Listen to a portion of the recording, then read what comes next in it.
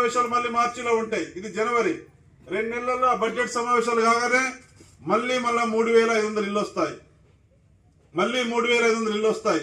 అట్లా దశల వారిగా వచ్చిన వాళ్ళే ఈ లిస్టును బట్టి అర్హత ఉన్న వాళ్ళందరూ కూడా ఇందులో ఇల్లు ఇవ్వడం జరుగుద్ది. అందులో ఎవరికి కూడా అపోహలు ఉండాల్సిన అవసరం లేదు. నాకు ఇల్లు రాదు అనే ఆలోచన కూడా ఉండొద్దు. అర్హత లిస్టులో మీ పేరుంటే 100% ఈ దశల వారిగా విడతల వారిగా ఇచ్చే ఇందిరం మిల్లులో మీకు ఇందిరం మిల్లు ఈ ప్రభుత్వం కట్టేయడానికి సిద్ధంగా ఉంది. సొంతింటి కళ ఇల్లు లేదని ఎవరైతే బాధపడుతున్నారో మీ సొంతింటి కళ మరి సాకారం చేయడానికి ఈ ప్రభుత్వం సిద్ధంగా ఉంది.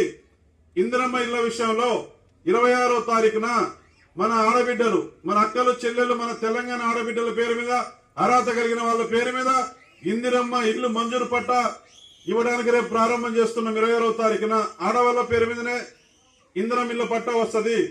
ఆడవాళ్ళ అకౌంట్ లోనే డబ్బులు పడతాయి. మీరే మేస్త్రిని మాట్లాడుకుని ఇల్లు కట్టించుకోవాలి.